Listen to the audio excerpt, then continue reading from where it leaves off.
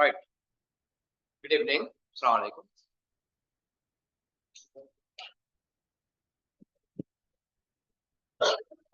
Right. So most of them still they are in the holiday mode, no? Holidays haven't been finished up for them. Still at home. Right. So last week we have started up with the unit number 13. Everyone have the tubes? Have the tubes, right? Okay. So unit number 13. The world of life, biosphere, that is the part we have started. The first part of the chapter we are done with. About the classification criteria, we learn. Those who don't have the tube, please do collect the tubes and come. Go to the cards. Go. Show it. Go. All right. So there we learn. Organisms can be classified into three domains. What are the three domains? Can you remember? Domain archaea, domain bacteria, domain eukarya. What are the three domains? Domain archaea, domain bacteria, domain eukarya. These are the three domains that we have classified them. So, domain to species. Starting from domain to species, we got 8 taxonomic levels. Can you remember them? What are the 8 taxonomic levels? What are the 8 taxonomic levels? Domain, kingdom, phylum, class, order, family, genus, species. Once again, what are the 8? Domain, kingdom, phylum, class, order, family, genus, species. Again, domain, kingdom, phylum, class, order, family, genus, species. These are the 8 categories. 8 categories. Okay, 8 taxonomic levels. So under that, as a reminder now, domains, there are 3 domains: domain archaea, domain bacteria, domain eukarya. Right. So the domain bacteria we are going to speak about. I told you about the domain archaea. We are not going to speak more about that because it's a sort of microorganism. Okay, a special type of microorganisms categorized over there. Okay, so we are going to speak about the domain bacteria and domain eukarya, mainly about the domain eukarya. Right. Domain bacteria, when you come, bacteria, they are the microorganisms, and you should know how to define microorganisms, right? How do we define this type of microorganism? The unicellular or multicellular organisms. Commonly all microorganisms, okay? All the microorganisms. The unicellular or multicellular organisms which cannot be seen by our naked eyes when taken alone or individually. Unicellular multicellular organisms cannot be seen by our naked eyes when taken alone. These are called microorganisms. Basically, 5 types of microorganisms are there: bacteria, fungi, protozoa, algae, virus. So these 5, they are the basic microorganisms you learn. Okay. And in grade 10, what you do, you are going to classify them according to a natural classification criteria. So among those 5, the bacteria as a separate kingdom we take, as a separate domain actually we are going to take. Under the domain bacteria, all types of bacteria have been classified, and for each type there are species names. Okay, generic species names are there. So basically, 2 collective kingdoms you are taking: kingdom bacteria, kingdom cyanobacteria, bacteria and cyanobacteria. Okay, so there are differences between them. With the differences we will learn. Now, when you come for these bacteria, different types of bacteria are there by shape, by size, okay, by the sort of biological processes and all. Whatever, they are unicellular organisms. They are unicellular organisms, right? So let's look at this. The organisms belonging to this domain are also prokaryotes. So when you come to domain bacteria, we already learned about that. Domain archaea, domain bacteria, both of them, they belong to prokaryotes. Prokaryotes means they don't have a distinct nucleus. They don't have a distinct nucleus. No distinct nucleus, no organized nucleus they have. Okay. So domain bacteria, under that, bacteria and cyanobacteria, they are the 2 kingdoms we are taking. Some examples given between bacteria and cyanobacteria. Bacteria and cyanobacteria. Okay. So this is the next one. Kingdom bacteria. So what is the kingdom bacteria? What is the kingdom bacteria? Bacteria are commonly found in all kinds of environment on Earth. There are different forms of bacteria present in the atmosphere. Some of them are pathogenic and sensitive to antibiotics. We already spoke about that, right? Bacteria, as you take, they are very simple organisms, simple biological processes they have got, and most of them are, okay, most of them are sensitive to antibiotics. They can be killed. They are sensitive for antibiotics that we are taking, right? And also, only some of them are pathogenic. Mostly we are using in different industries. We are using, like in medicine, agriculture, okay, and industries, and also in bioconservation we are using. So those things in list you have to learn, all right? So most of them we are using. Only few of them are they are causing diseases. Pathogenic means they can cause disease. They have the ability of causing a disease. All right. So being pathogenic, against them only we are using antibiotics or we are applying vaccines and all. So when you come to these bacteria, they do have a typical cell structure, just like we have learned about the typical animal cell and typical plant cell. Microorganisms, when you come, they also got a typical cell structure, and this is the typical cell structure we are giving for bacteria. So you can see the cell structure given here. All right. Already a labeled one is there, and separately another diagram is given there. Same thing. And the important ones we are going to name, which are needed for us. So when you come for this, right? Let me start from here. I'm going to start from this point. Okay. So when you come for this part, the last or else the outermost layer when you come in bacterial cell, it is the capsule. I'm comparing at this point capsule. So capsule is the outermost layer. So let's name it as the capsule or the slime layer. After the capsule inner part, they got a cell wall. What wall? A cell wall is there. Outermost layer is the capsule. Inner to that a cell wall. After the cell wall, you can see that is the plasma membrane or else the cell membrane. Plasma membrane or else the cell membrane they got. Cell membrane they got. And then another straight line is there. We take that line here. That is the inner layer, which we term as cytosol.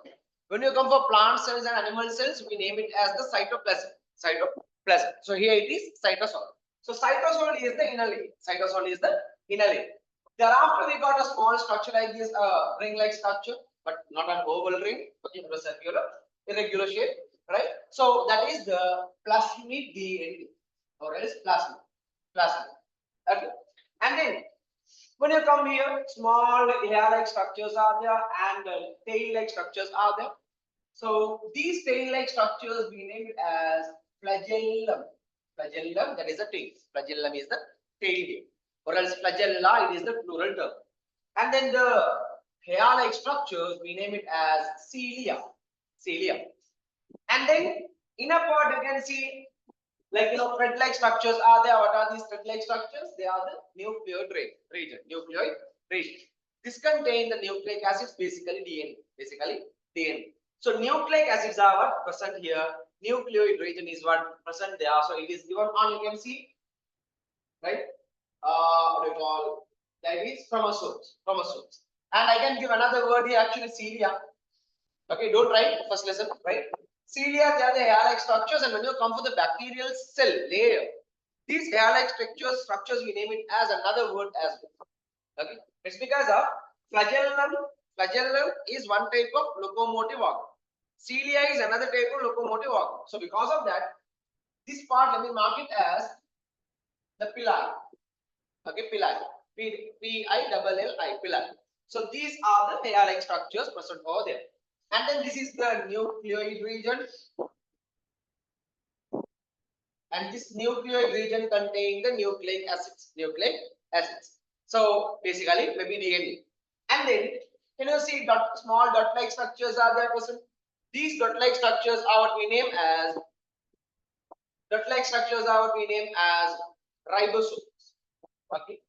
So ribosomes are also present. So accordingly, these are the major parts that we are labeling on a bacterial cell structure. A typical bacterial cell. Is it clear? So you have to remember the parts and you should be able to label it according to the straight lines, arrowheads, and one word.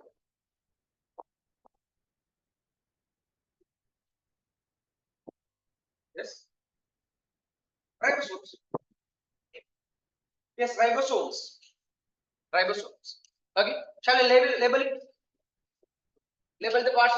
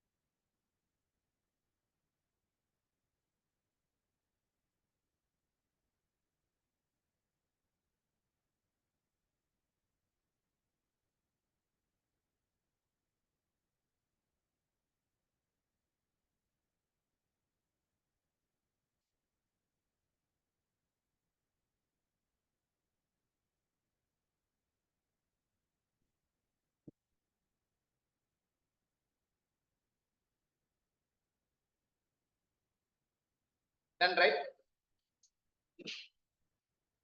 So, useful effects caused by bacteria. So, what are the useful effects of bacteria? Now, when you come to bacteria does have many advantages. Can you tell me some advantages of bacteria? What are the advantages? Sorry? Making dairy products. What else? Biochemicals. What else? Where do you use microorganisms? Where do you use this bacteria? Bioproducts. Bioproducts. What else?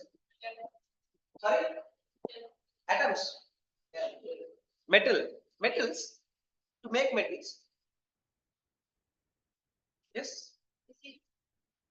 Medicines. What type of medicines? Antibiotics. For yeast. Yeast is a bacteria, a microorganism itself. Yeast. And that's a type of fungi, not a bacteria. What else? What else? Yes, yes. Destroying dead bodies. Fine. Hmm? Medical? Chemical? Production. Chemical production. Right. They heard something different. That's what they're smiling. Right. Okay. So, what are the advantages of these bacteria? Bacteria, when you come, guys, we can use these bacteria for industries. Okay. And for nitrogen fixation, we need bacteria. That's under agriculture. To produce compost fertilizer, we need bacteria. Compost fertilizer production, nitrogen fixation. Okay. And also, as biopesticides, we are using bacteria, right? And to produce dairy products, we need bacteria. Produce fire products, biogas, okay? We need bacteria, right? And also we need bacteria for bioconservation, right? So to produce, to conserve the environment, or most of the like heavy metals, pollutants, and all oils and all completely totally destroy those stuff and protect and to conserve the environment. We need this microorganisms, especially the bacteria. Okay, so these useful effects are what are the and what are the disadvantages of bacteria? What are the disadvantages? This is okay. because this is a for man, animals and other plants. And also, what else? They can be used as biological weapons, biological weapons. Okay, not chemical war, not physical war, biological war, biological. And what else? They can be destroying or they build an economical destruction. Okay, economical destruction. Right, so these are the things that we are supposed to exercise there. Useful effects caused by bacteria.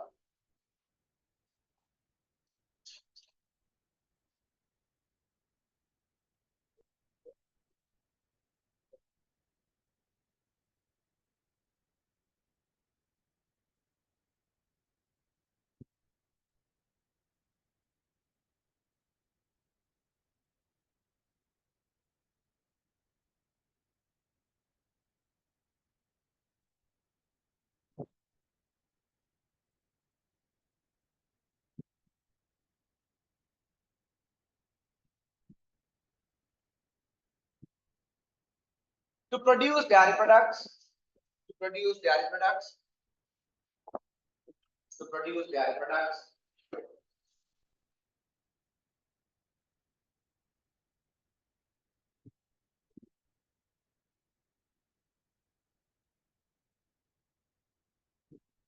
to produce fire products.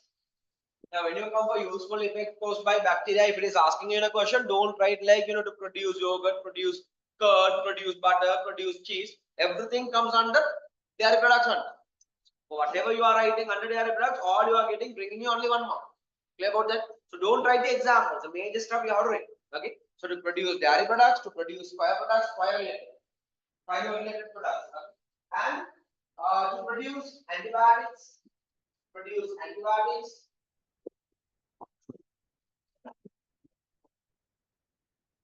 to make vaccines, to make vaccines,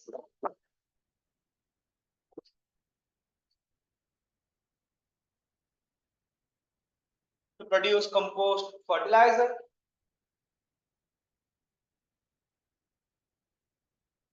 produce compost fertilizer,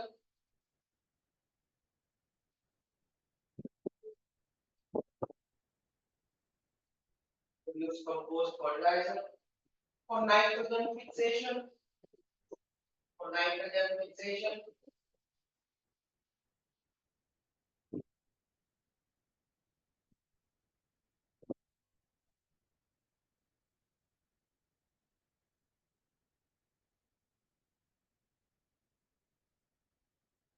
for metal extraction, for metal extraction.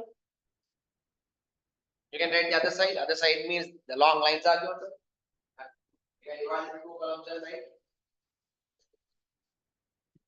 For metal extraction,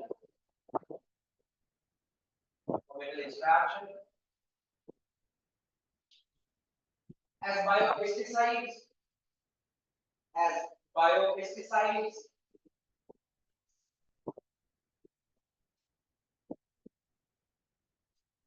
as biopesticides. The next one, to decompose, to decompose the dead plant and animal bodies, to decompose the dead plant and animal bodies, dead plant and animal bodies. All right. So they are the advantages, some of the useful effects here. The next one, disadvantages.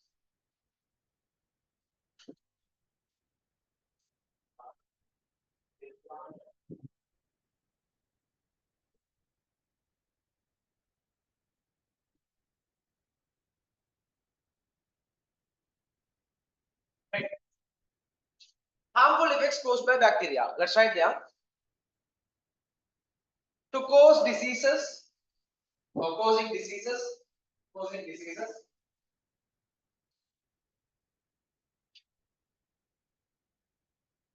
man,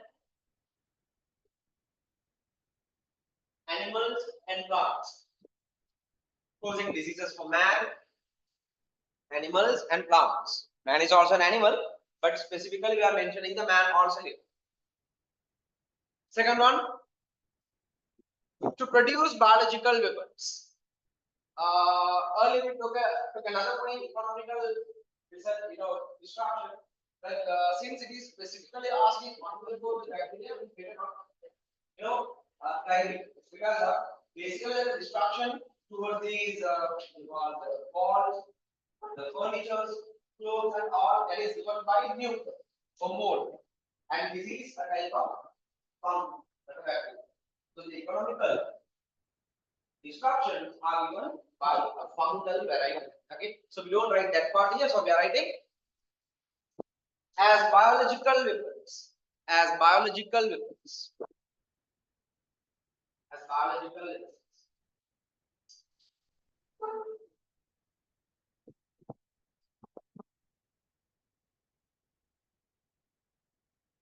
As biological weapons.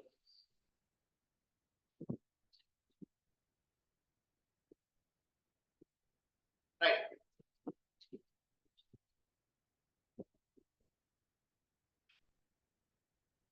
Virus. Now, bacteria separated we are taking under the domain bacteria, right? Domain bacteria, kingdom bacteria, it comes, right? When you come for viruses, viruses are also a type of microorganisms. But what is the speciality here? Viruses, they show both living and non-living features. Usually, living organisms show only living features. But viruses, when you come, they show both living and non-living features. Okay. The only living feature is within a host cell, they start multiplying. They reproduce. They produce a variety of offsprings at once. So all of the features are non-living. So they don't show nutrition, no cellular respiration, nothing. Okay. But yet we learn them under the organisms, right? And they are micro, smaller, even smaller than the bacteria, smaller than the thousands of times, sometimes smaller than the bacteria. Electron microscope, we need to observe it. So these viruses you take, they don't have a cellular organization. No cellular organization. It's not unicellular, it's not multicellular. Right. So virus is not identified as either a living or an unliving organism since they possess both the features. The only living feature of them is the multiplication within a host cell. Underline that. The only living feature is multiplication within the host cell. So the study of viruses is known as virology. What is the word? Virology. And it was discovered by a Russian scientist. What is his name? DJ Ivanovsky. Ivanovsky? Ivanovsky. DJ Ivanovsky. Those names and all are not very much important. Okay? Yeah, Ivanovsky. It was in 1892. Virology is the field where we learn about, we explore about these viruses. A virus particle consists of 2 or 3 parts. What are the 2 or 3 parts? Genetic material made from either DNA or RNA. Remember that? Both DNA and RNA are not present. It comes in MCQs. Asking for correct, incorrect statements. They give virus contains DNA and RNA. DNA and RNA means wrong. Both DNA and RNA cannot be there. Either DNA or RNA. If DNA is there, no RNA. If RNA is there, no DNA. Some viruses, they have RNA as their nucleic region. Okay. So, first one, genetic material is made up of either DNA or else RNA. And then a protein coat called the capsid. They do have a covering, that the covering is called, capsid. And that is made up of protein. A protein coat called capsid. And in some viruses, there is an envelope of lipids that surrounds the protein coat. So, usually they do have a protein coat. After the protein coat in some viruses, there will be a lipid layer also. Okay. There is a lipid layer also. So that is the one surrounding the protein coat. So it is a lipid envelope. So the inner part is the nucleoid region, which may be either DNA or RNA. Surrounding inner coat is the protein coat. It is the capsid. And even after that, in some viruses, we have got a nuclear. Envelope, an envelope made up of lipid. A lipid envelope is there, right? So you see, these are some examples for the species. AIDS virus. What is it causing? What is the disease it is causing? AIDS. AIDS is the disease caused by AIDS virus. Actually, the name of the virus is. What is the name? Can you tell me? What is the name exact name of this?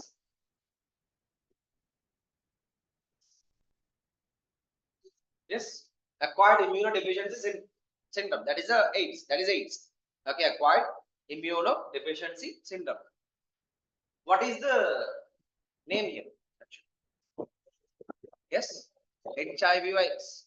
HIV is right. And bacteriophage virus. So that this is the usual or common diagram given in the questions as well.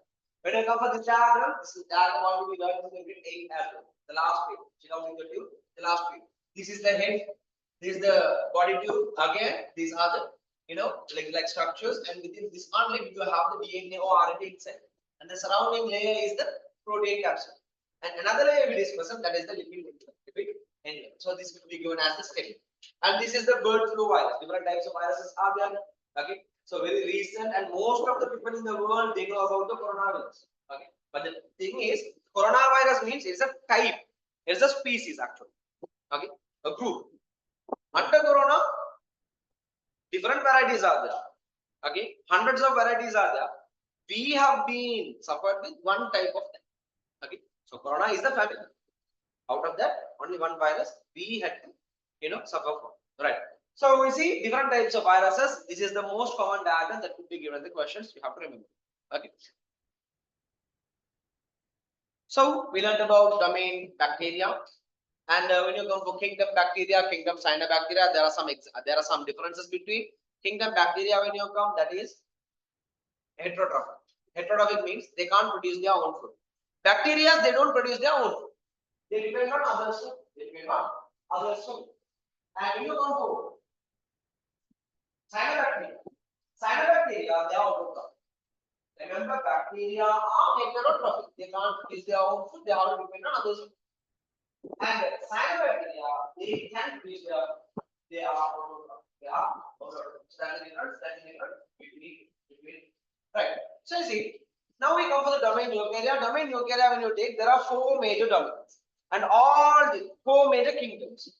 All the animals belonging for these domain eukarya, they do have eukaryotic. What karyotic? Eukaryotic cellular structure. So what is this eukaryotic cellular structure? They got a distinct nucleus. They possess an organized nucleus. The nucleus is covered by a nuclear membrane. A distinct nucleus is present within them. So you see, the most prominent organism with a eukaryotic cellular organization belong to this domain. There are 4 kingdoms belong to this domain.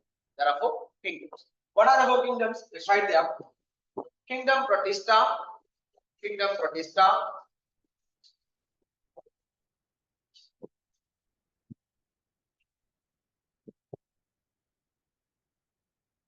Kingdom Protista.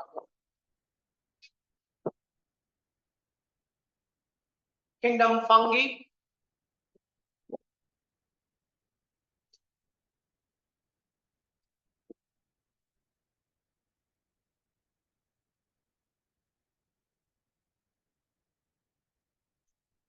Kingdom Plantae. Kingdom Animalia. Kingdom Plantae, Kingdom Animalia.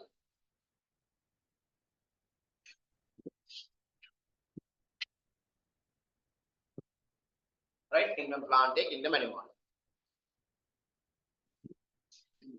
So these 4 kingdoms are belong for domain eukarya. So what is called domain eukarya?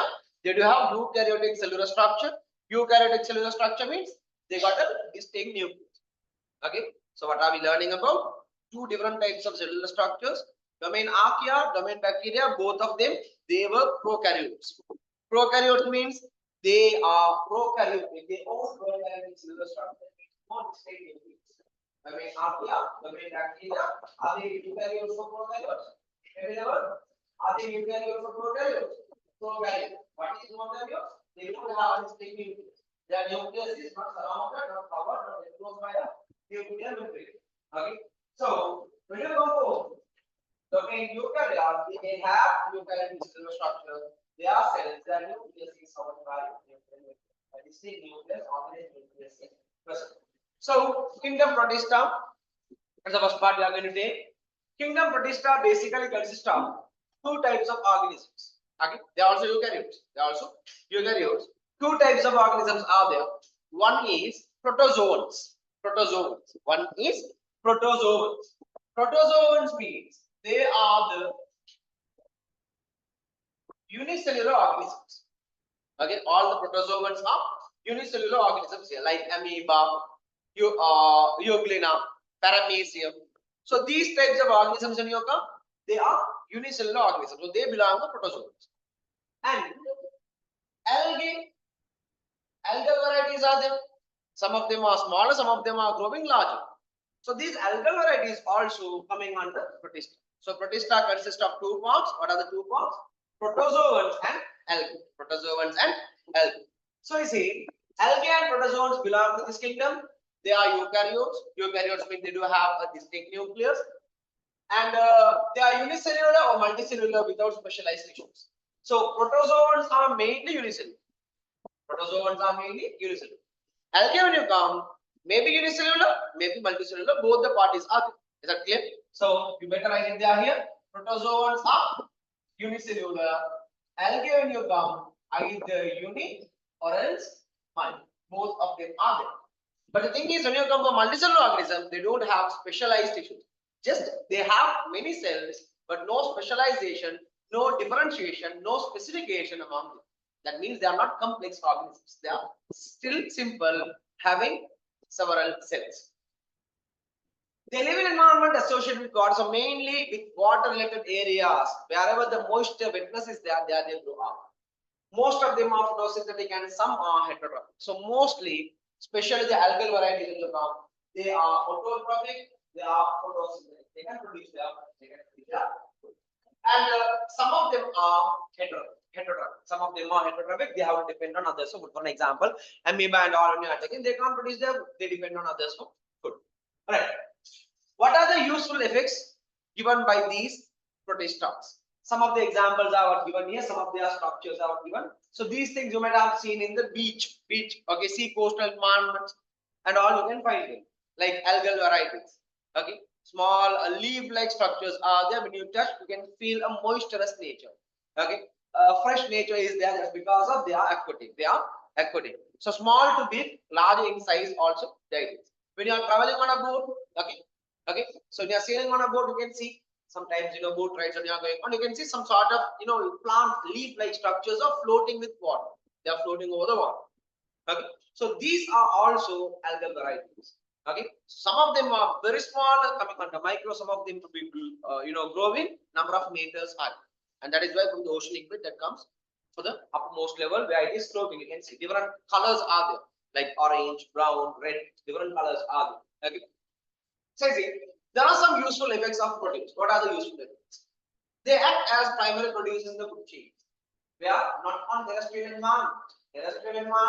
Terrestrial. Learn the word terrestrial. It refers to land. The land environment mainly the primary producers are green plants. Green plants are producing food. Green plants are producing food on land. When you come to water, you will have this coconut green and protein inside. You don't have this terrestrial plant. They are also animals are there. Aquatic organisms are there. They have to survive. They have to eat. They have to consume. So there should be a starting food. Who is starting to produce food? Aquatic organisms like algae. So algal varieties they start producing. From then only one by one, as a food chain it goes on. Like food chain it has a rate of organisms based on their food requirement, right? Like nutrition level, right? So as primary producers in the food chains of aquatic environments. So not the terrestrial, maybe given the correct incorrect statement. So it is given as correct incorrect statement. You want to find out, it is giving you act as primary producers in the food chains of terrestrial environment. Is it correct? Is it correct? It's not correct. They are acting as primary producers, that is true, but not in terrestrial environment, but in aquatic environment. So you see, one word will change out. One word will change out. Okay. So what could be coming for the exams out and coming? Okay. So how to listen to my learn this. Okay. So you see, algae involved in forming mutualistic associations with fungi called lichens. Lichens. Okay, lichen. The word lichen. It's not lichens. Lichens. Only just lichens. So the lichen, it is the mutualistic relationship or else a combination of combined relationship of two types of organisms. One is fungi and the other one is algae. Algae plus fungi. Some rocks and all we can see. algae, some type of algae with fungi. Both together as a coexistence, they live. They live. Okay. So they live together, and this relationship we name it as like. Okay. So this is also a useful effects of protein. Okay. Why?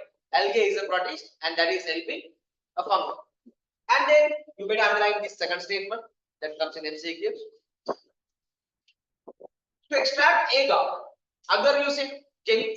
No? So agar, which are used to prepare culture media to grow bacteria, right? To produce jelly, also needs this algae, and also to produce to make culture media.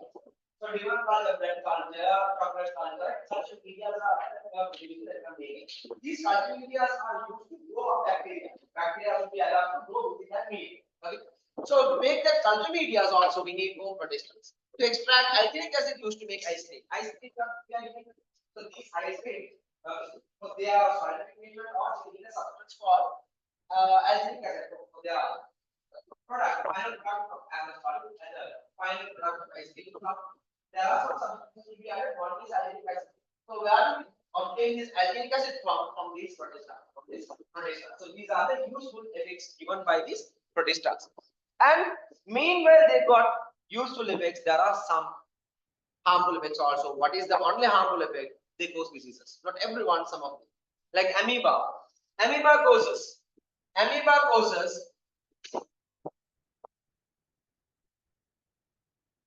amoebic dysentery. Amoeba causes amoebic dysentery. Okay. Likewise, there are diseases cured. Leishmaniasis caused by some parasites. Okay. Malaria is caused by malaria parasite. That parasite is also coming under this. They call it protist, the protozoa. Is that clear? So, write it down close by. So, some examples are given. This is paramecium, and this is what is this word? ULVA. Ulva, not alva. Ulva. Okay, ulva. Algae. It is a type of algae, right?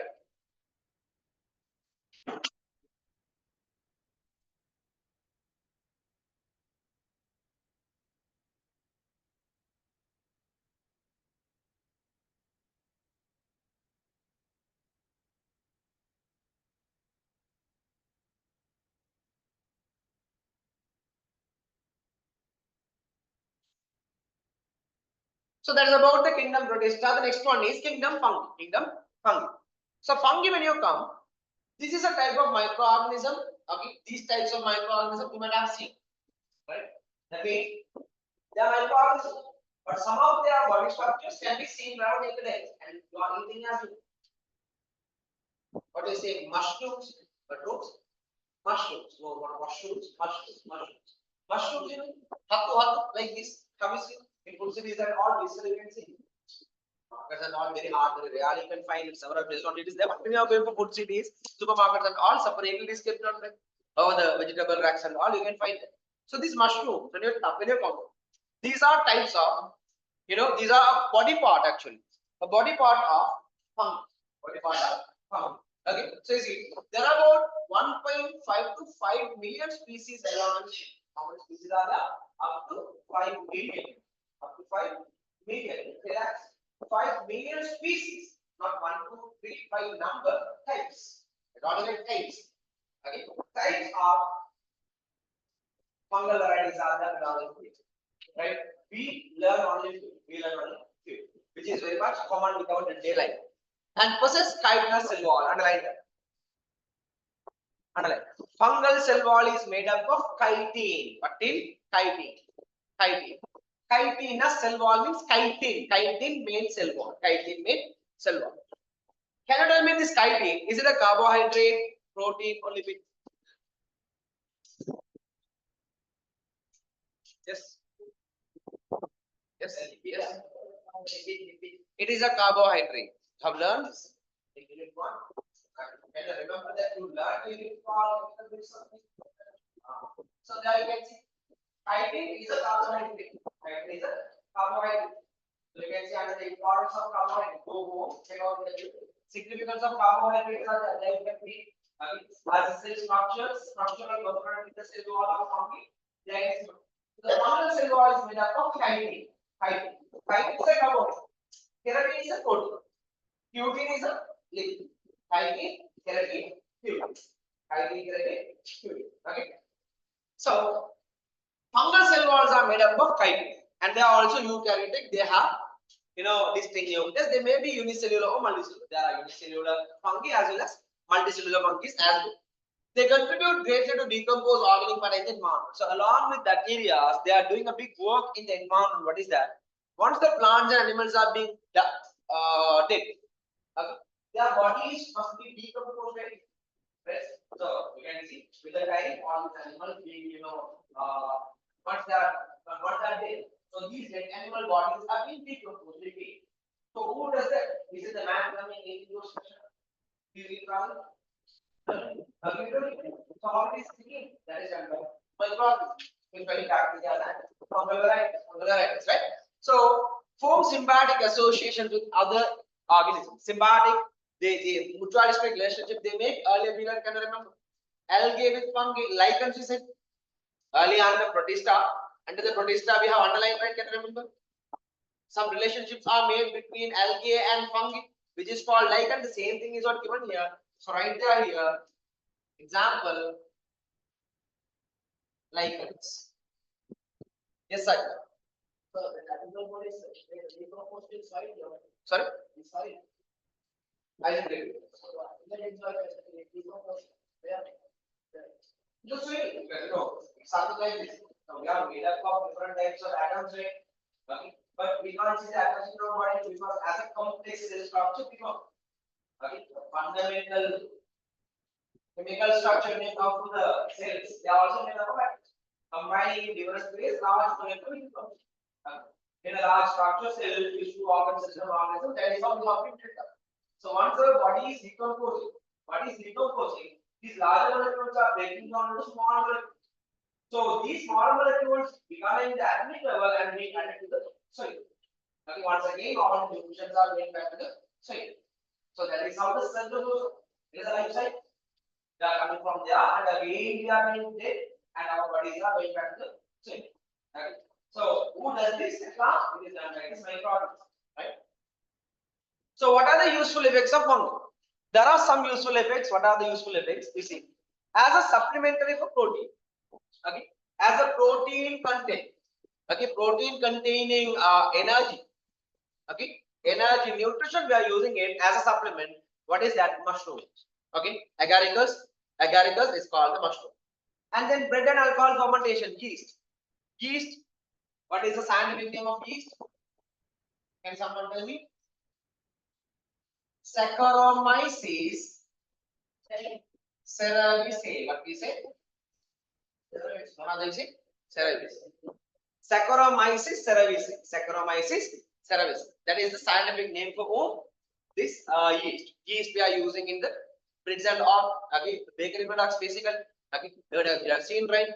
A small flour structure is what they keep on, but they blow into a larger piece. Okay, larger piece. So once you cut, you can see nothing's there, only there. So that blowing is given because of more yeast. More yeast you add, more it would be blown. The buns and all the same thing, right?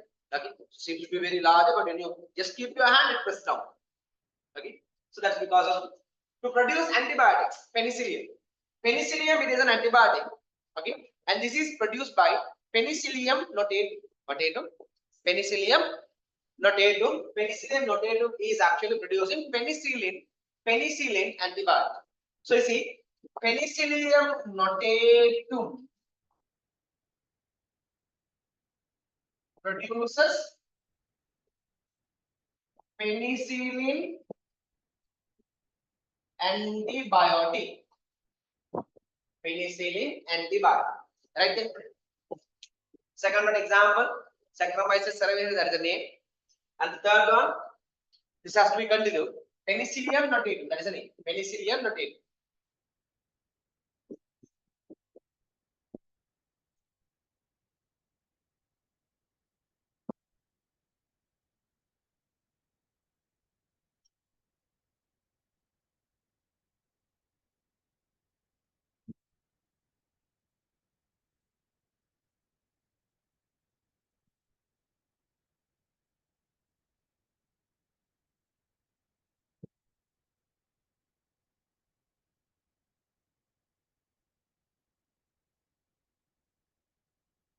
Decomposition of dead bodies and structures. We learned about that, right? Fungi are important in decomposing the animals and plant dead bodies. Yes. Penicillium notatum. Penicillium notatum. That is the scientific name for that bacteria. Sorry, for that fungi. It produces penicillin antibiotic. So this antibiotic is given against a bacterial. Against a bacterial. So they are the useful effects of fungal varieties. And what are the harmful effects? So commonly in all these microorganisms or in organisms, we are taking these types of microorganisms, they cause diseases. So you see, to cause diseases to plants and animals. Examples: pityriasis versicolor. Aluhomis, okay. Ash like over the skin, it will be spreading over. Okay, so this is a fungal variety. And different types of fungal varieties are growing like that. Okay, so that happens if you don't keep your body, clean. That's one reason. But that is not the only thing. Some other reasons are the skin allergies. Okay, chemical. All of them you have skin allergies. Okay, some by birth or birth onwards they have that skin problems, skin diseases. Right. So maybe because of chemicals that are exposing you. Likewise, that may be happening. So this versicolor, the pityriasis versicolor is caused by fungal varieties. Okay, fungal. Different names are there. Right. So spoilage of food. Food spoilage. Okay, fungi is a major reason for spoilage of food. Right. So this it is moved. The mucus growing up. So the mucus when it is growing up over the food, because of you keep it open, exposed to air, and if it is wet, it contains the moisture surface. Okay, surface is having.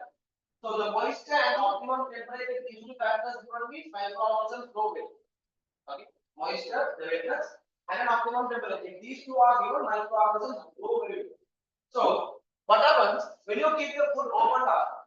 Okay, sometimes you might be keeping opened up for some days. After that, you are eating, you can see small spots should be there, black color, grayish color spots should be there. So you will take like mama, no? Your mom has put some paper powder, like this is like paper powder because grayish or blackish color. When you observe on the microscope, you can see some structures are there like this. This way they have been grown up, like a head and a body. So what is this? This is mucus. Right? So mucus is a type of fungi, and this is what we term as pus. Okay, mold on bread we see, mold on clothes, mucus on clothes. I told you earlier, economical damage. So the major economical damage is done by this mucus. No? Puspandana is because with wetness, when you are keeping for some time, the clothes with wetness, without drying, with the wetness, you are just holding and you keep it. After some days, when you are keeping, when you are stretching it out, you can see some grayish color spots are there, white spots are there. So what do you do with that? You are wiping over your face. Is it good? You have to wash it out. You have to wash it out. Is that clear? So you see, these are few examples that we are taking up here. So an example is not given here as an activity. Have a look. You can see this activity. You better mark this down below there. Guys, close with this spoilage of food. Draw this. Draw this bit smaller.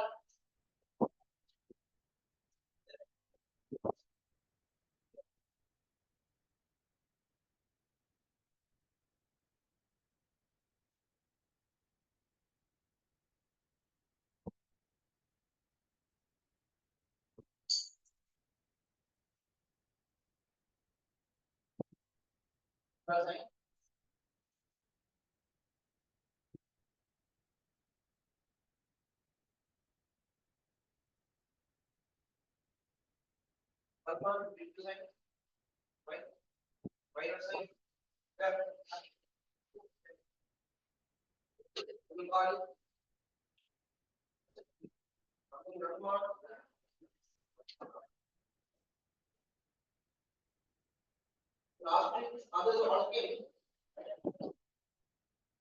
Last week, okay,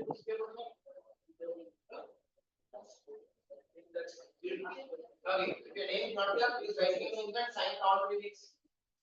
Let's take a name there.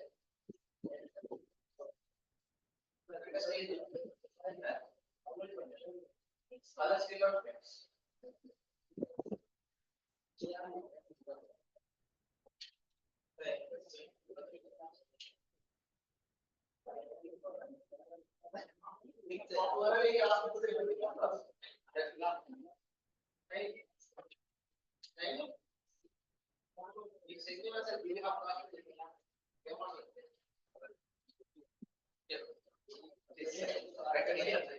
For all readings. Right. So look at this activity. It is showing you about that push button now. No, see. What do you take? You are taking a piece of bread, a slice of bread. You take a dry slice. Okay, a dry slice. You give. So for this dry slice, dry food when you are making without wetness, there is no way that the wetness could reach up. No microorganisms.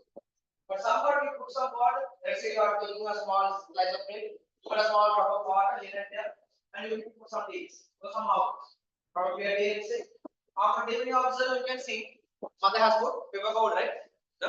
Okay, so small black color spots are there. Black color spots are there. When you observe it under a microscope, as I have shown here earlier, like such like structures could be seen. They have been put up. You can't see by your naked eyes. Naked eyes means that structure you can't see, but you can see spots. And that is why we say when we are defining microorganisms, so you don't say just cannot be seen by our naked eyes. You say cannot be seen by our naked eyes. So take a look. But here we can see this pushing can see it. They are also microorganisms. We are saying they cannot be seen by our naked eyes only if they are from there. That's not why. We can see here.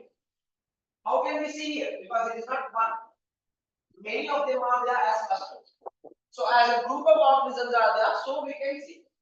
So when they are taken alone, only one eukaryotic, you want observe as a cluster, as a group in our see, we can see them, we can observe. Okay, right. So the next part it is giving you the characteristic comparison between three types of organisms: bacteria, protista, fungi, under different topics. One is the structure, shape, nutrition, reproduction, distribution, examples. Okay. Quickly refer that. Yes. It's a type. Under fungi it comes. You have to take it. Please go ahead reading. Okay. Please read quickly. Read that quickly. There's a part about both the pages. Read them soon.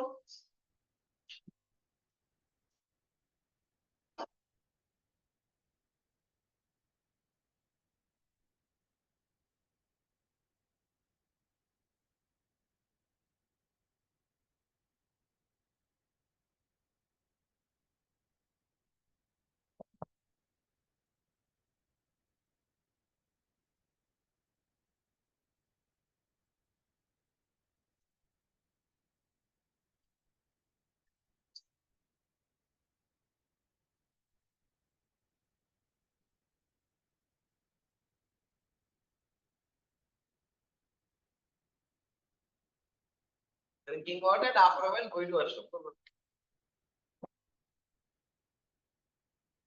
Okay, go.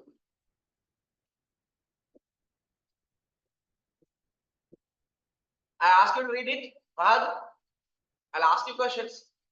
That's what I'm asking you to read. At least 2-3 times you read. Fahad, right? Huh? Keep it.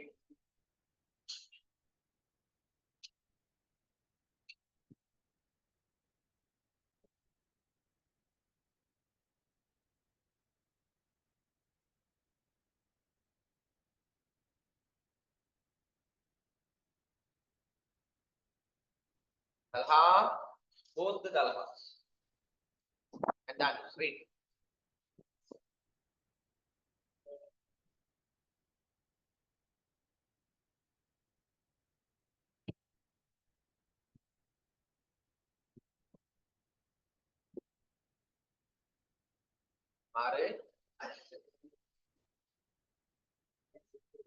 Read. Read.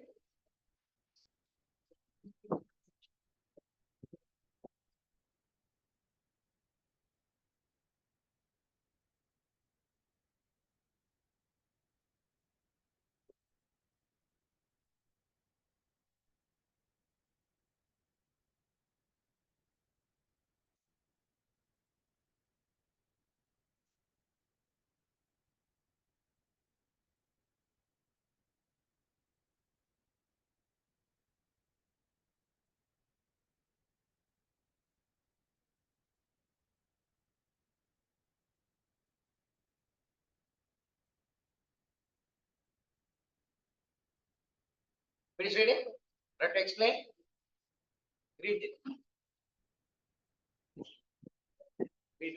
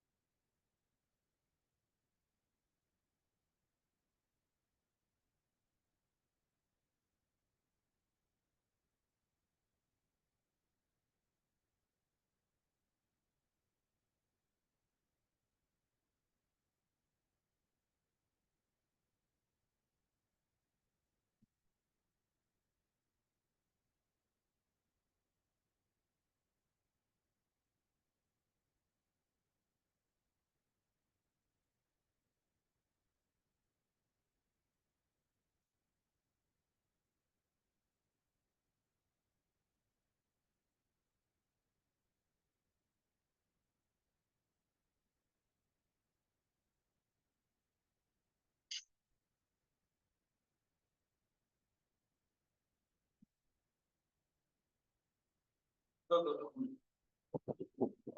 Alha, can you please turn on the light?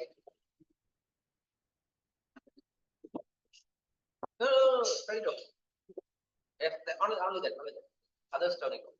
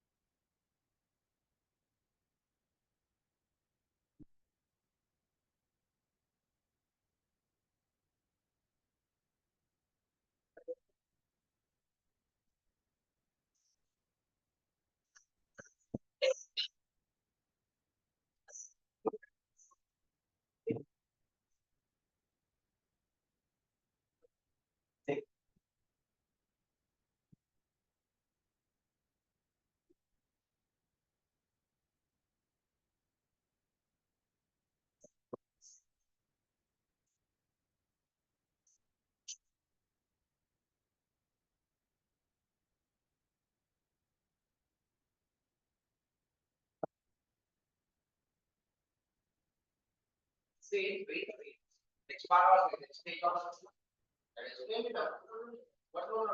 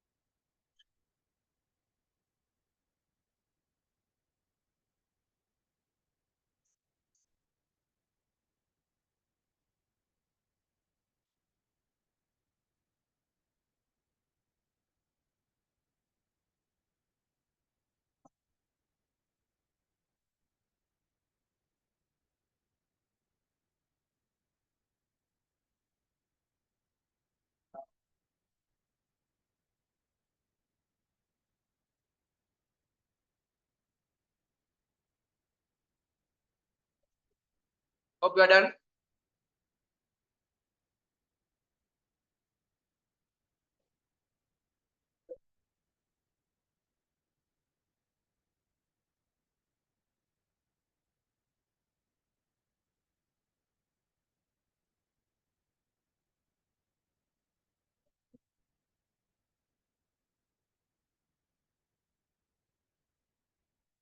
Right. These parts actually you have to refer and learn. Okay. You have to refer and learn since the points are given very clearly. And it is given as a comparison. Summarized table is not given over there. So you can easier learn. And this is important mainly in MCQ questions. The MCQ is only they ask you to compare correct incorrect statements basically. So you see, when you come for the structure of these organisms, look at the structure, how they are formed. Bacteria, they are microscopic, right? Under microscope, only you can see. And unicellular prokaryotic. They have only one cell and prokaryotic organisms. Protista and fungi when you are taking, they are not prokaryotic, they are eukaryotic. They are eukaryotic. So this is how they compare. 4 answers they will give, 3 answers will be correct. The fourth one is what you have to select as. Okay, the answer. Sajid, are you listening? Can you tell me what type of organism is bacteria? Huh? Eukaryotic. I hope that eukaryotic bacteria are there only at your home, no? Eukaryotic bacteria? Huh? Koi dhyan malle bol.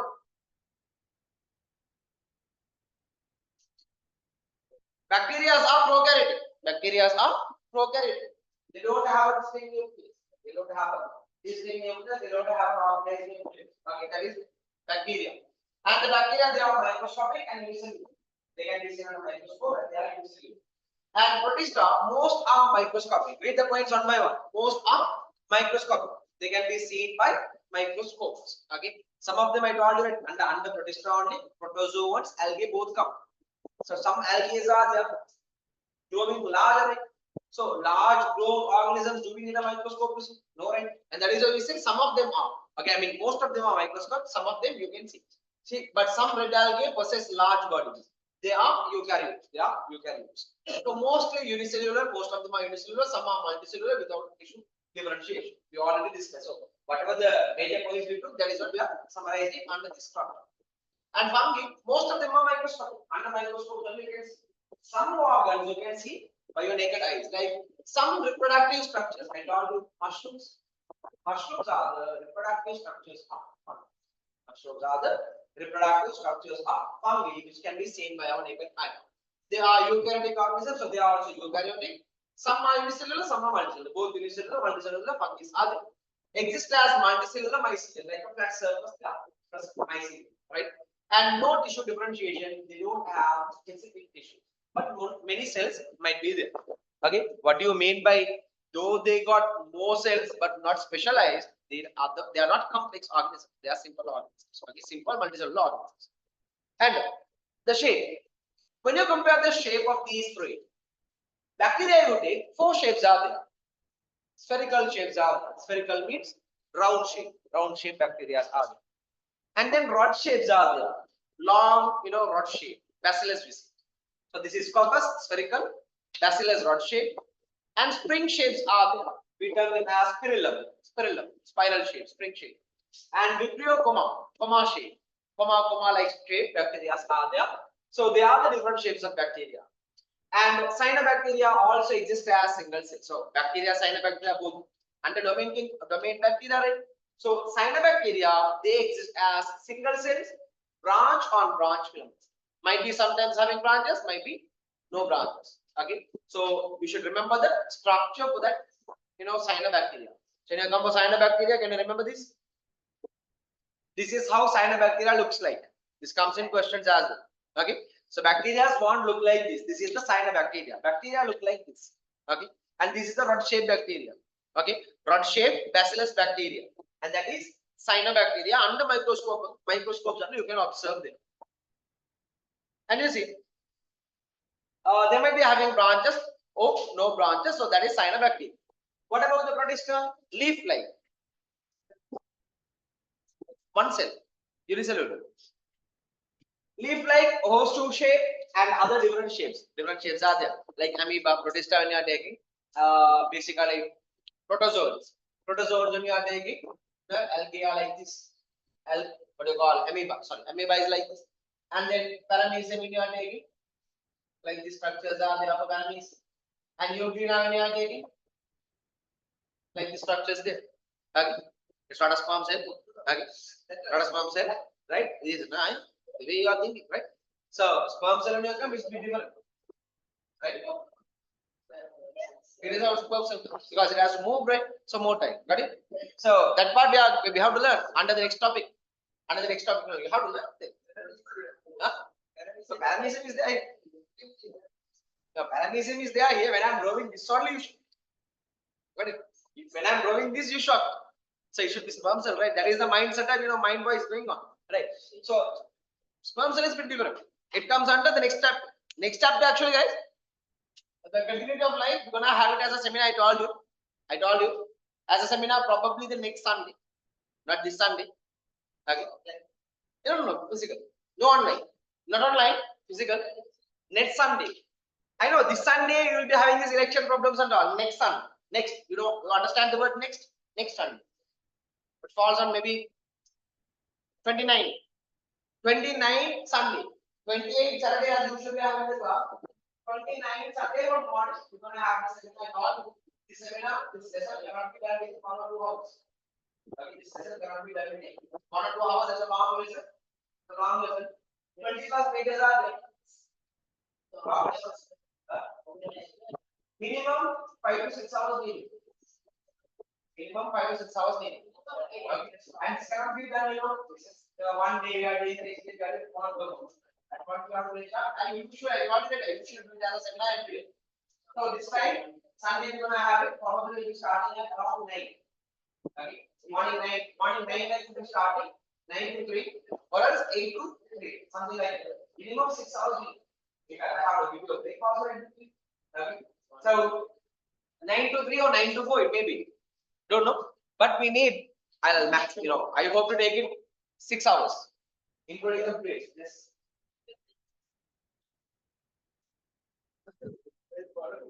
Okay. So 9 to 6, sorry, 9 to 3 would be the time. Probably 9 to 3. So by 3, I hope to finish it up. Right? Or else 8:30 we might start. Whatever it falls on a Sunday, no online recordings. Don't ask for recordings that day. You have to edit. Okay. And it is a seminar. Fee. No need to pay fee. We have already done with your classroom. It is a class session for you all. Class students is totally free. Waiting class students totally free. Okay. Others, it's open for others. They have to pay it down as a seminar for outside. Is that clear? Yes.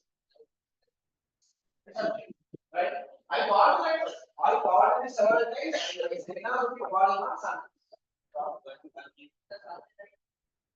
Sunday morning. Right?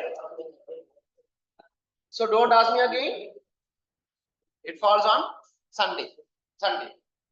In case, because now we can't, as sure we can't create the conditions properly, because this week we do have the elections. After that, what happens? We can't predict. There are many rumors going on. So if there is an issue like that, it might be changed. Or else, one sort of change is, okay, there are transformations and all. We don't know. It may happen. Okay. So if such things are happening, maybe it is taking that on a Saturday. Okay, on a Saturday, we should but take a long time. No, I have cylinders. Cylinders are there at home, right? Fine. Where do you mark this down within? And these are protozoans, right? These are the protozoans. Guys, look here. These are the protozoans. Okay. Algae are also there, right? Algal cell structure seems to be like different. Like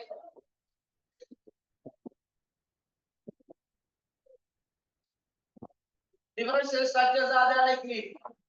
Okay.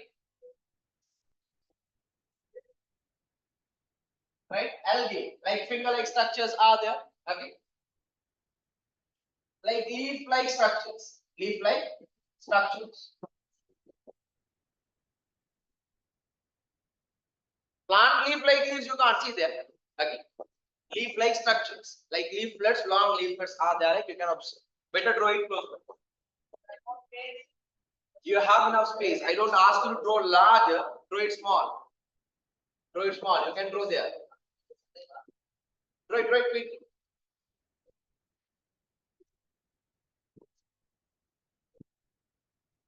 Very fast.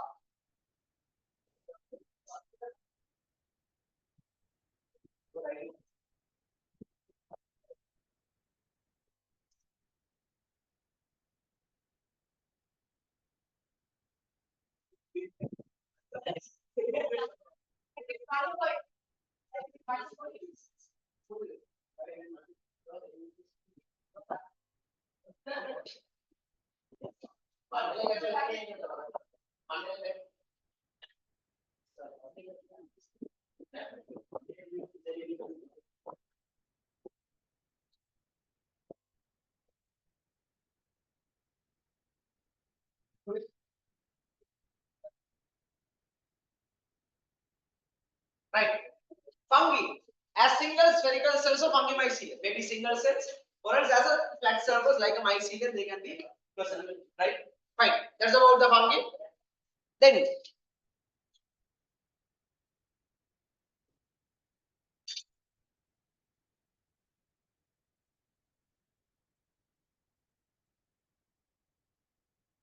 nutrition. Nutrition means how they acquire their, okay, obtain their food. Okay.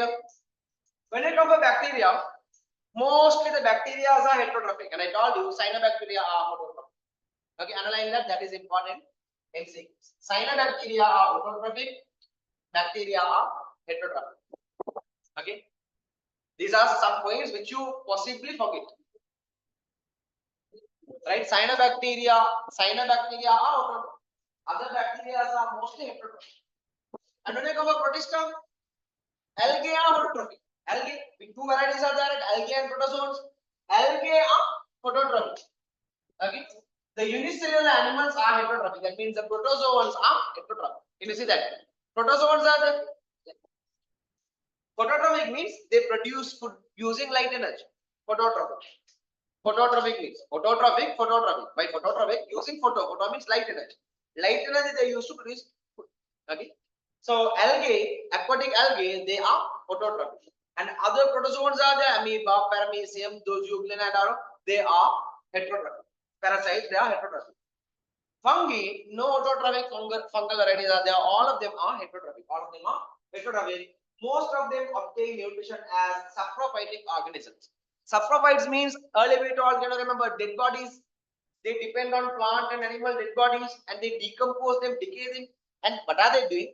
They are obtaining the nutrition from the body. So these are termed as saprophytes, saprophytic organisms. Okay. So they decompose the dead bodies of plants and animals, right?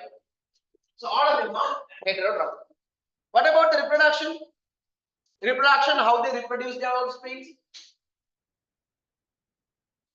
When it comes to bacteria, mostly perform asexual reproduction. Asexual reproduction, two types of reproduction methods are there: asexual reproduction and sexual reproduction.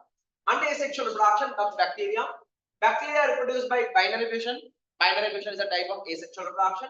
Cyanobacteria by fragmentation and budding. We don't want to learn, I mean, deeper we don't want to go. As asexually they reproduce. That's all you need. So bacteria by binary fission, you have to remember. Bacteria are reproduced by binary fission. Cyanobacteria by fragmentation and budding. So why we are underlining? These are possible points to be compared in questions. And when you come for protista, asexual reproduction happens. Binary fission, fragmentation, spore production. Spores they will be produced. Okay. So all these are asexual reproduction methods. Okay. Right.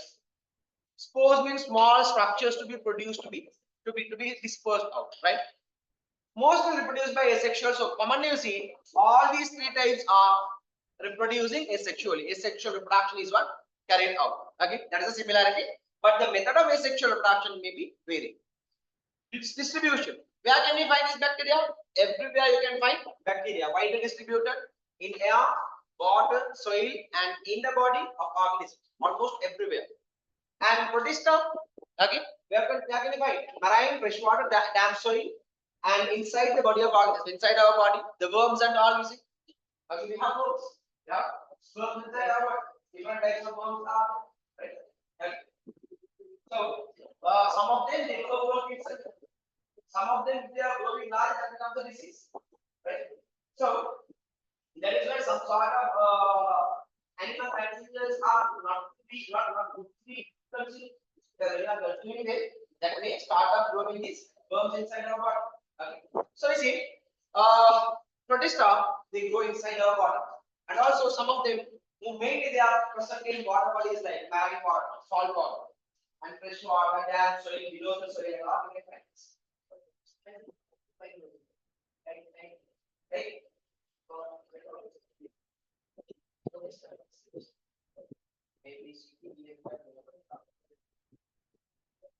What is protista?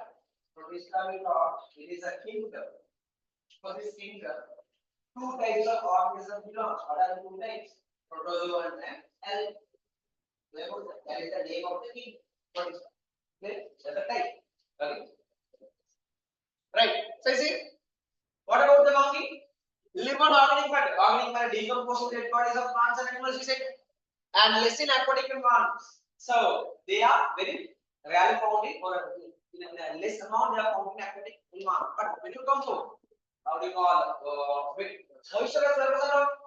Moisture reservoirs, there is a possibility that they grow up, and always with the like something they will be growing up, right?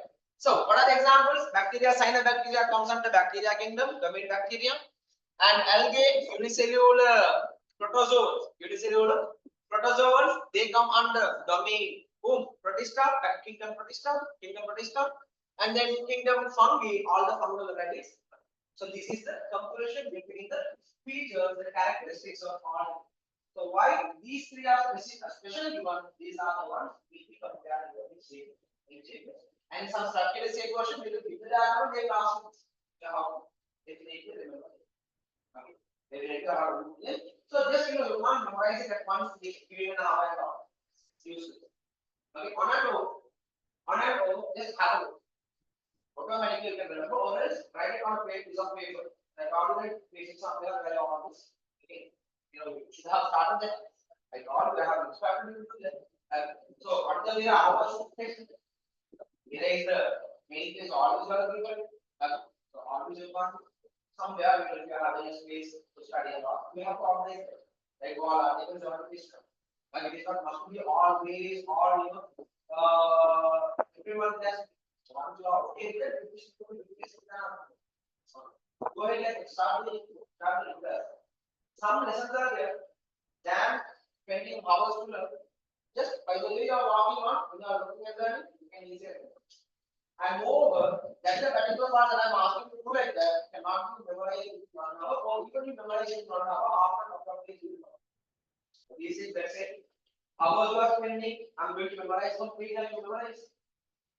After 1 or 2 weeks, totally will know. Okay, so instead of that thing, what you do, you will make it and you are just reading. At least one line you read. One line. By the way, you are passing 1 or 2 lines you are reading. Every time you are passing, automatically you will remember back. If it comes to the questions, you will remember this because they are on my wall article. This is on the exam. So that's why you have this. When you put it on, okay. Once you are done with it, once you are satisfied, now I'm okay with this lesson, take it up. Don't need to keep in the mind. Whenever you need, you can go in because that's your room. You have it. So, but in nowadays, everywhere, like speaking of everywhere, they have made so you can't make how you make that sticky note, small paper, you can find out a large paper or something. You can do like that. Overload is good or underwriting. Have it on. Here, lesson by lesson, okay? So once you are done with that, okay, that is part of the thing, strategy that you can learn. Some instruction that we are giving us. Without trying, then you can't say if it works or not. Okay, that doesn't mean it can work. Without tasting, you can't say it is taste or not. You can't say it. You can't say because you by yourself you have done it. Okay? So when the instruction is zero, fine, do it and see if it works for you. If it works for you, automatically you will do the next one because you are satisfied with that. You have never real that. You will do the same thing. You will apply the same strategy of the other side. Okay? If not, find out and understand.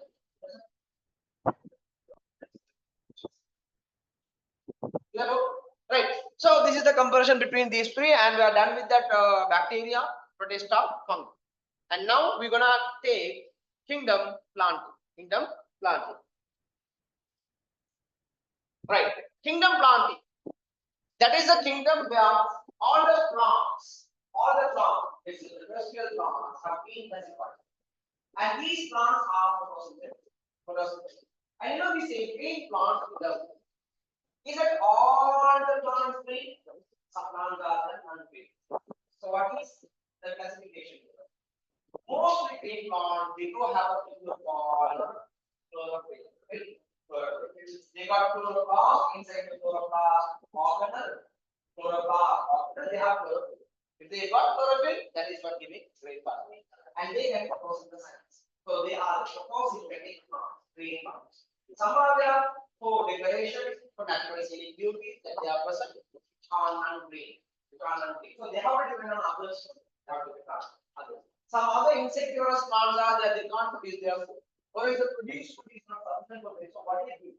Mostly they can't produce. So they are colored. They do have different color. So because of that, the color, attractive color, insects will be attracted. They come towards these plants, making them all, release them all. Then what they do? They take it in and they swallow it. That is that.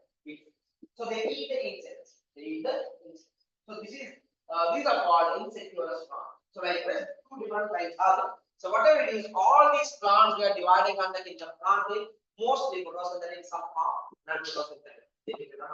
Some plants are there, some small plants are there, they produce food, but that food is not sufficient. So what they do, they move, they go around large plants. Everyone will go on.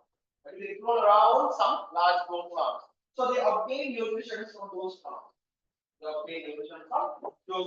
So like different sort of relationships are there between the plants or whatever. Not 1, 2, 3 types, more than 100,000s. Okay, thousands of species of plants are found. You can see here 287,000 species. How many species are there? 287,000 species of plants are there. How many plants you can?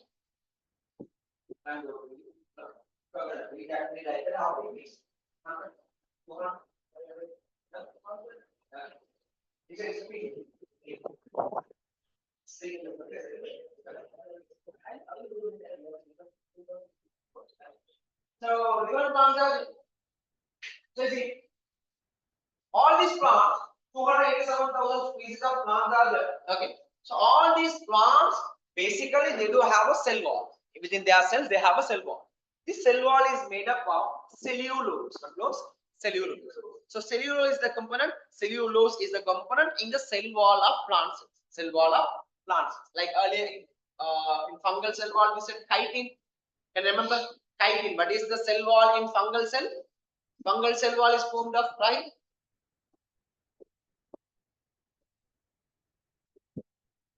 Yes, Ryan? Chitin. Where are you? I told you, right, don't lose your concentration looking here and there. I don't know what kind of things are visible to you. Please listen and learn them. Okay. So, fungal cell wall is made up of chitin. Plant cell wall is made up of cellulose. It's a kingdom with multicellular organisms known as plants. There are about 297,000 species of plants. Plant cells possess cell walls with cellulose. Underline.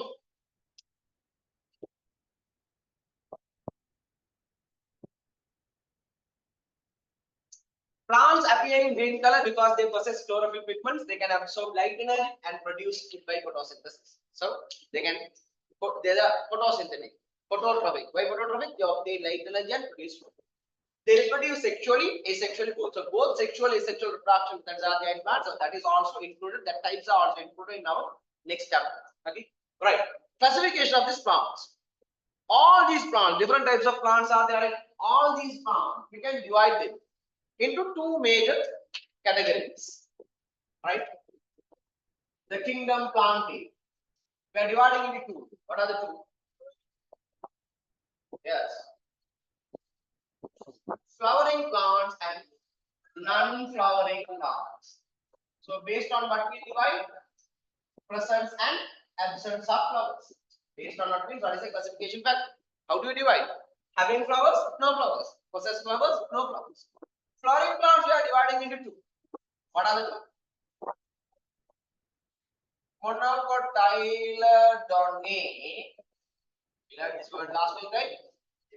And then dicotyledone. Dicotyledone. Monocotyledone.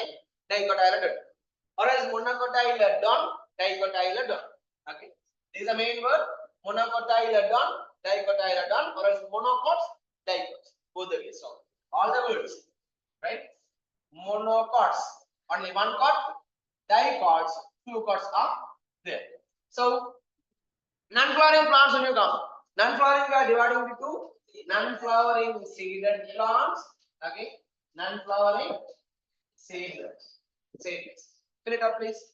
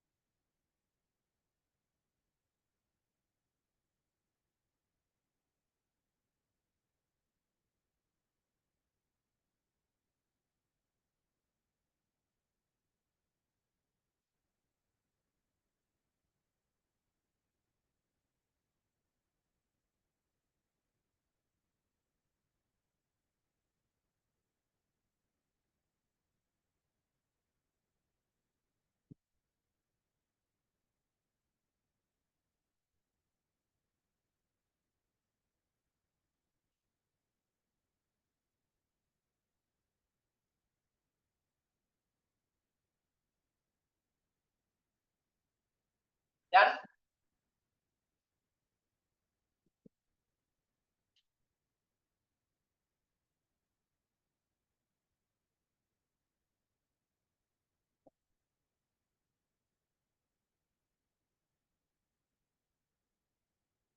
Right. What are the two types? Flowering plants and non-flowering plants. Flowering, what are the two? Monocots and dicots. Non-flowering, seeded and seedless. Right. Non-flowering plants. We take first the non-flowering. Let's write there. Non-flowering.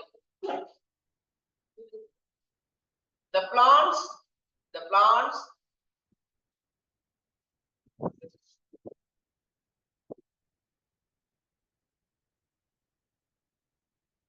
which do not bear flowers. Which do not bear flowers. The plants which do not bear flowers.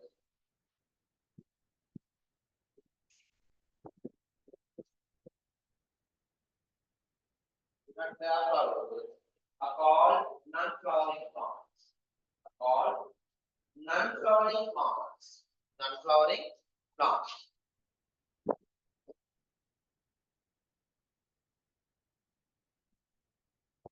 So there are two types. What are the two types? Write the topic here. Non-flowering seeded. Write the topic here. Okay. At this point. Non-flowering seeded.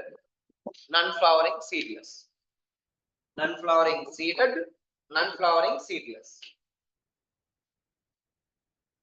Non-flowering seeded. Non-flowering seedless. So within the first table we are writing the non-flowering plants, that means without flowers. The non-flowering plants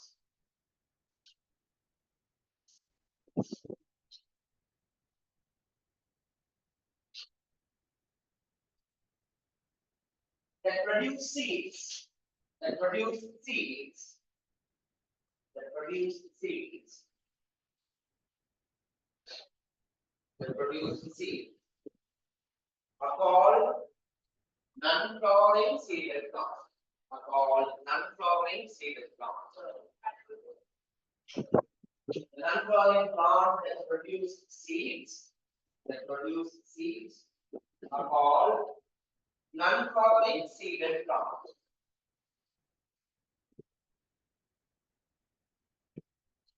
Are called non-flowering seeded plants.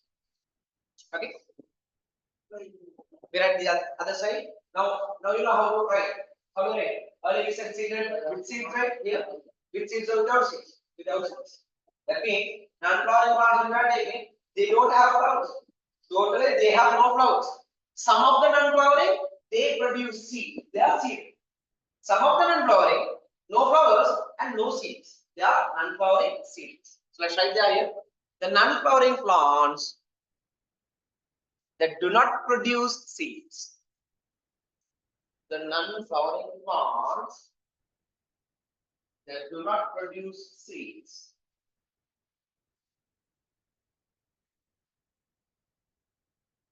That do not produce seeds are called non-flowering seedless plants.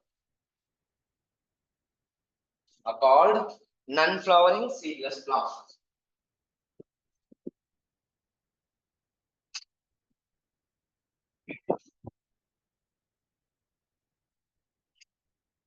So here also a comparison is there. Non-flowering seedless and non-flowering seeded. Look at the first one, seeded. We are going to compare the structure. Have a look quickly. True tissue differentiation is present. That means tissues are differentiated. Understand the word differentiated means they are divided with specific functions. Possess vascular tissues. Vascular tissues means vessel. Vessels like tissues are there for transportation. Root, stem, leaves are present.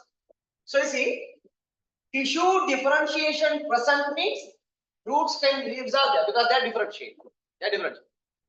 When you come for seedless, small to large size plants are present. Some plants lack in tissue differentiation. Some of them don't have tissue differentiation. If no tissue differentiation, no roots, no stems, no leaves. Okay, because they are not differentiated.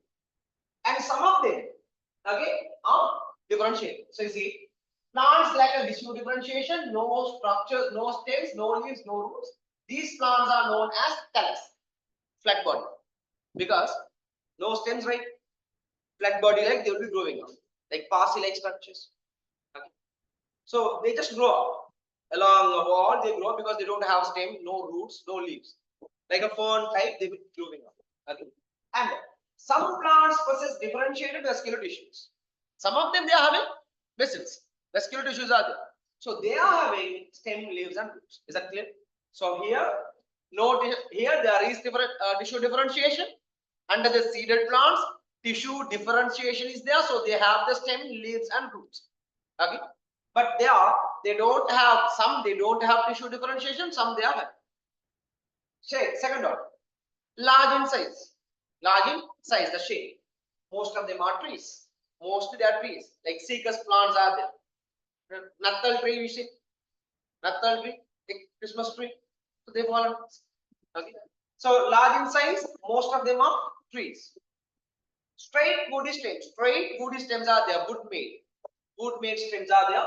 Some are shrubs. Smaller shrubs are also present. Here when you come, shape is thalloid body or small fern type. Thalloid body, flat-like structure or fern type. Passy, passy you have seen, right, over the wet bodies, wet surfaces and all, they would be growing up like greeny color. Okay. So when you touch even, you can feel it's fresh. It's or it's moist. You can feel, right? So that is fern type. And the nutrition. All these non-flowering seeded are autotrophic, photosynthetic. They can produce their and nutrition here. All of them are photosynthetic. Some of them are epiphytes. All of them are photosynthetic. Some of them are epiphytes. Okay, epiphytes. I told you they depend on other larger grown trees. Okay, like this. And reproduction, sexual reproduction by seeds and asexual reproduction by spores. So remember, sexual reproduction is carried out by seeds. Now, Sajid, do you have seeds? Huh? Look at. When you come for non-flowering seed plants, non-flowering seed plants means they got seeds, right? Right. They got seeds. They got seeds. So by the seed, sexual reproduction is carried out. By the seeds, they carry out sexual reproduction. Spores are there.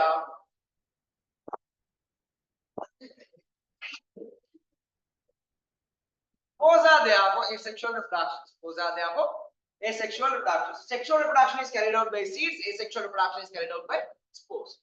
And when you come for seedless plants, asexual reproduction by spores and fragmentation of vegetative parts. All you have to learn separately. Perform sexual reproduction too. So sexual, asexual, both the reproduction are carried out by plants. Now you are thinking plants, sexual reproduction. You have to learn. There are types. There are types. Before learning, don't imagine. Is that clear? Don't imagine before learning. You have to learn them properly. Okay, fine. So reproduction. So properly the theories you have to learn. These are theories, right? Okay, these are theories you have to learn. You can't learn this at home. Because it's these lessons come in exams. Directly, they will ask you questions. Look at the third term. Third term, this lesson will be there. This is one of the important lessons comes in the question, and that is why I told you. Unlike, not like you are thinking. 20 plus pages are there. Once we started up going up with 1 hour, 2 hour past, you will feel impressed. You will feel totally wow, what sort of lesson it is. That much of theories are theoretical lesson. Okay. Study at home, right? Okay. That's better. So you see, now where are they distributed? Terrestrial environment. Terrestrial environment means land environment. And how about this? Terrestrial environment means low sunlight. Low sunlight means, so usually they don't get that the places are not getting that much of sunlight, less amount of sunlight. And also shady and wet places. Because of no sunlight, they are shade. They are shade. And also wet. Like because no sunlight means the water won't be vaporized up, right? So water-like structures are there. So in those places only, what do you call these ferns and all would be forming up. So these are the comparisons. Okay. Now we are discussing, but you can't remember all at once. I told you. You have to refer them. This is also one of the table. Both the tables together, you have to, take it as a wall article. Right. Now, what are the examples? Nice names are there. Try to read them. What is this? Yes, what is this? Yeah, Sag is one, the other one is Fad. Okay, so give them these names and remember. Cycles. What does? Cycles, not circus, okay? Cycles. Or seekers, listen. Cycles, seekers. It is a non-flowering seeded plant. So can you remember non-flowering seeded? We said they do have the roots, stems and all. So you can see the stems, roots are there. And this is pinus. This is pinus. So cycus, pinus plants belong for this. And what about this? Read the names. Marcantia. What cantia? Marcantia. Ponganatu. What natu? Ponganatu. Marcantia. Ponganatu. Selaginella. What is it? Selaginella. Nephrolepis. Salvinia. What venia? Salvinia. Acrosticum. Brinaria. What is it? Brinaria. These names you have to learn. You have to learn these names. Okay, these are seedless plants. Clear about them? Alright. Flowering plants. That's right there. The plants which bear flowers.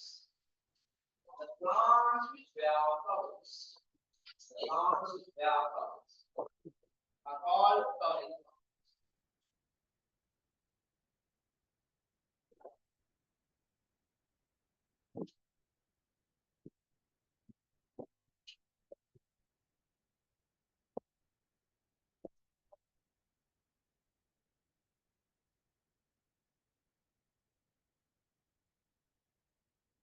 Plants which bear flowers are called flowering plants.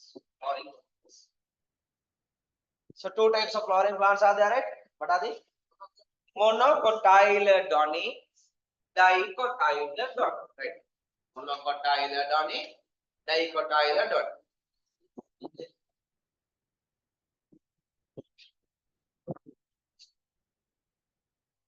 Monocotyledone, dicotyledone. Now, you see,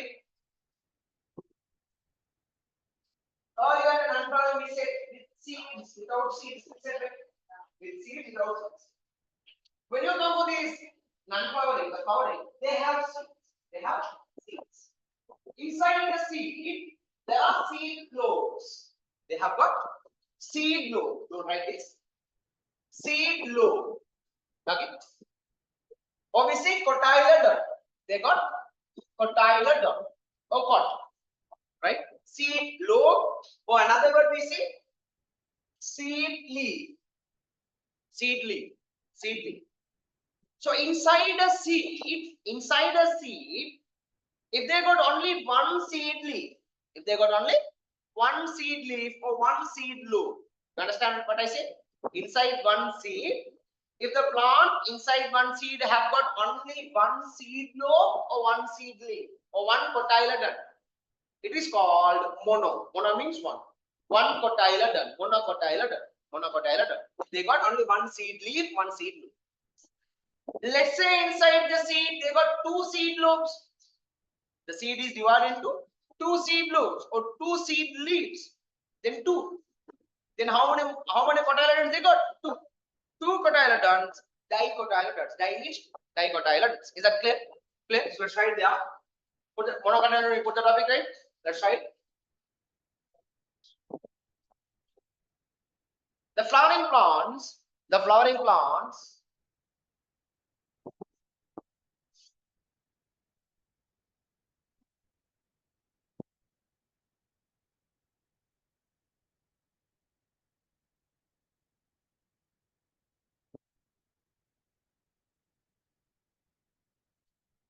contain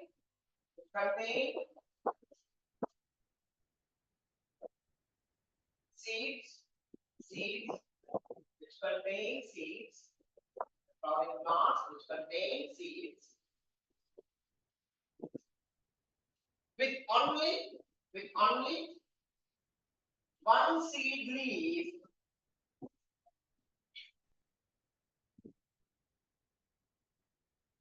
contains seeds with only one seed leaf or seed lobe. Seed leaf or seed lobe. Seed leaf or seed lobe are called monocotyledons. Seed lobe, LOBs, seed lobe. Seed leaf or seed lobe are called monocotyledons. Monocotyledons. Dons when you are writing without AE, you are writing S. Monocotyledons. Oh, monocots. Right? Next one. The flowering plants.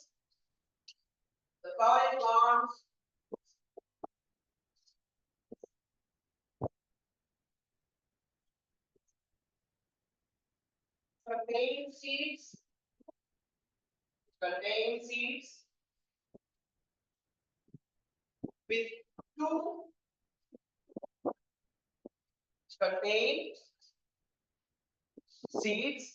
with two seed leaves or seed lobes.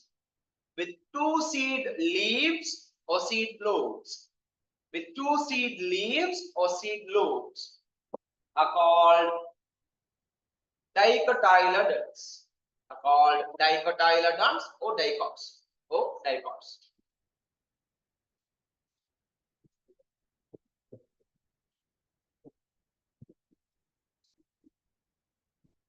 Two seed leaves or two seed lobes. That means in one seed, either one seed lobe or two seed lobes. So we compare the differences between them. You just take two examples. Coconut tree for monocots. Mango tree for dicots. Very common examples, right? Now you see the structure. Monocots, the coconut tree when you come, has got only one cotyledon. In one seed, one cotyledon. Mango tree, like large trees, when you are taking, okay, they have got two seed leaves inside one seed. Inside one seed, there are two seed leaves. Two seed lobes are there. Two divisions are there. And you see, the stem is evenly distributed, right? Can you see it's a straight stem, even? Okay, and no branches, right? No branches. Have a look. Do they have a branch? No branches. But here, when you come for a mango tree, are they evenly distributed? The mango tree, jackfruit and all there. So they do have a broader structure at the base, and when they go up, they become narrow. Not this like narrow. Compared to the base, they become narrow. And then they are branched. They are branched. So they have the branch stem. They have the branch stem. So you see, stem is unbranched, stem is branched. No taproot versus the fibrous. When you come for these like plants, basically they got these like fibrous root system. Correct? These like fibrous root system is what present. But when you come here, they got a taproot. Along the taproot, they have got the lateral roots also like this. The lateral roots are there. One major root goes down. One major root goes down. So some of the roots should be widely spread, like large grown plants. Some deeper they go down. Some deeper they go down. Okay. So taproot system with lateral roots. Root system with taproot and lateral roots. And leaves possess parallel venation. When you come for a leaf, now when you come for a plant leaf like this, so these are the way the leaves are present, right? Okay. One leaf you take, one such leaf, one part you take. Imagine like this you are observing. You can see leaf veins mean the parts, you call the veins of the plant leaves. Some veins are going on where the water will be distributed. You can see that way, like like line like structures they go on. When you come for these monocots, have a look. Have a look. Talha. When you come for monocots, they got parallel leaf venation like this. You can find a coconut tree. Have a look. Okay. Parallel leaf venation is there within the leaf. Within the leaf. When you come for mango tree like structures, leaves are like this, let's say. Okay. They got everywhere like the veins are spread. And this is called reticulate leaf venation. What is it? Reticulate leaf venation, like a web, like a web. So you see, leaves possess parallel leaf venation. Leaves possess reticulate leaf venation. Reticulate leaf venation. And trimerous flowers are there. Trimerous flowers means the flowers contain the clusters in a cluster, 3 flowers. The flowers contain 3 petals. 3 petals. 3 or else multiples of 3. 3, 6, like this. When you come for these dicots, they have either tetramerous or pentamerous flowers. Tetramerous means 4 or multiples of. Pentamerous means 5 or multiples of. Banana tree, okay, we speak about that. Okay, it falls under monocots. Why monocots? Because the features that you are speaking, you can see in the banana. It's flowering, but monocot, right? So you see, tetrapentamerous flowers can be seen in dicots. No secondary group. In these coconut tree like palmyra tree like family, in palm family trees. So those trees, they don't have a secondary cell group. They have only primary cell group. Okay, primary cell group means they have only cellulose cell wall. Cellulose cell wall. When you come to these people, secondary growth takes place. Secondary growth refers to over the primary wall, another wall is also there. And that is the secondary wall done by lignin-like deposit. Lignin-like substances deposited over it. And then diameter of the stem is even, same diameter is there, but here the base of the stem is broader, and when they are going up, it becomes narrow.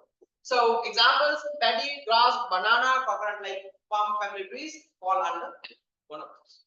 Dicots, chili, jack, blue lotus, those examples come under dicots.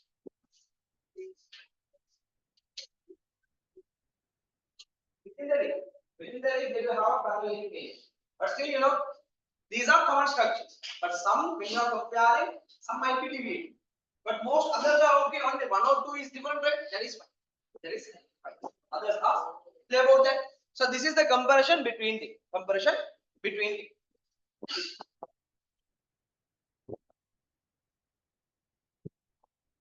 So these flowering plants we are classifying into 2.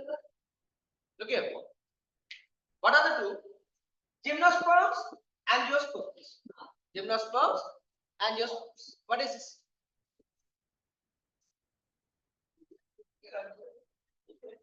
No. They don't have sperms. No sperms in plants. Then what is this? Angiosperms and gymnosperms. Gym and angio. Playing with sperms. Huh? What is this? Gymnosperms and angiosperms. I'm not giving my own words, right? These are lessons, right? No. Not flowering and non-flowering. There is a sort of categorized.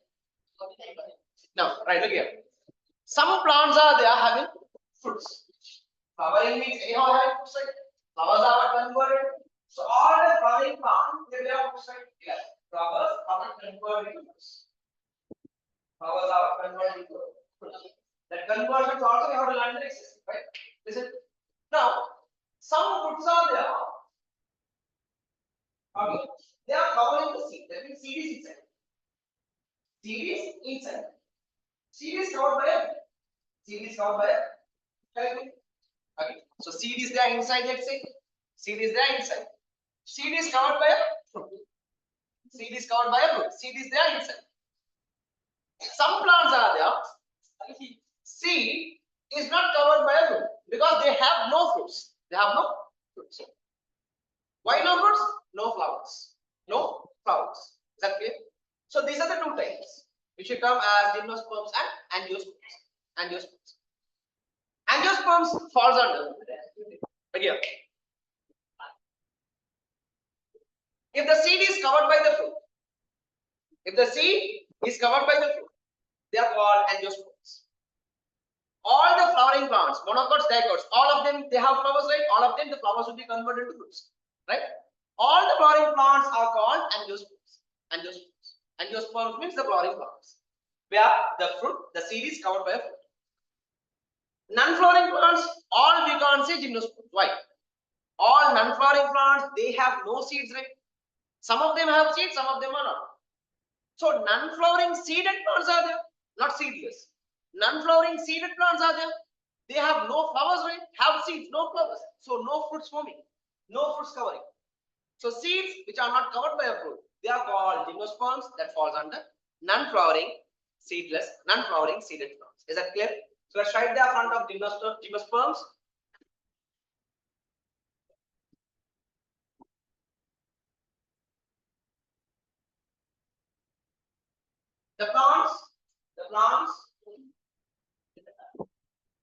The plants that bear seeds. Here. Plants that bear, please write, that bear seeds, not covered by fruits. Not covered by fruits. Seeds not covered by fruits.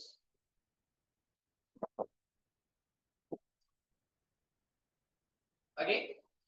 The plants which bear seeds not covered by fruits are called gymnosperms. Are called gymnosperms. Gymnosperms. And right there, they are the non-flowering seeded plants. They are the non-flowering seeded plants. They are the non-flowering seeded plants. Non-flowering seeded plants. They are the non-flowering seeded plants. Okay. So that is gymnosperms. Angiosperms, the plants which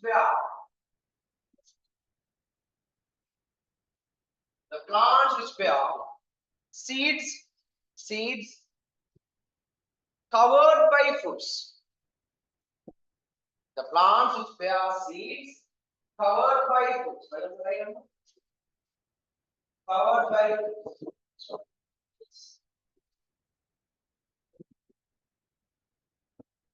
Covered by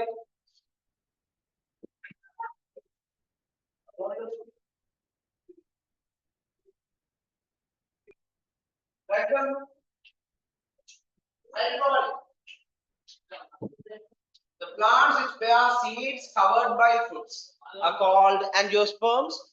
Angiosperms. Angiosperms. They are the flowering plants. Both monocots, dicots belong. Earlier only flowering, non-flowering, seeded, not seedless. Okay.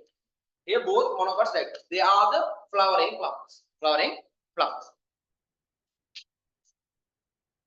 Right.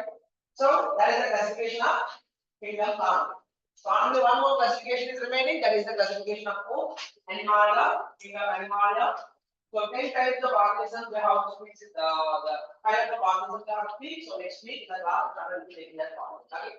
And reminding of again, from the 29 we have the reproductive series. Okay. Here we have this. Election district assembly. Okay. Thursday after 5 days. Okay. We have the class.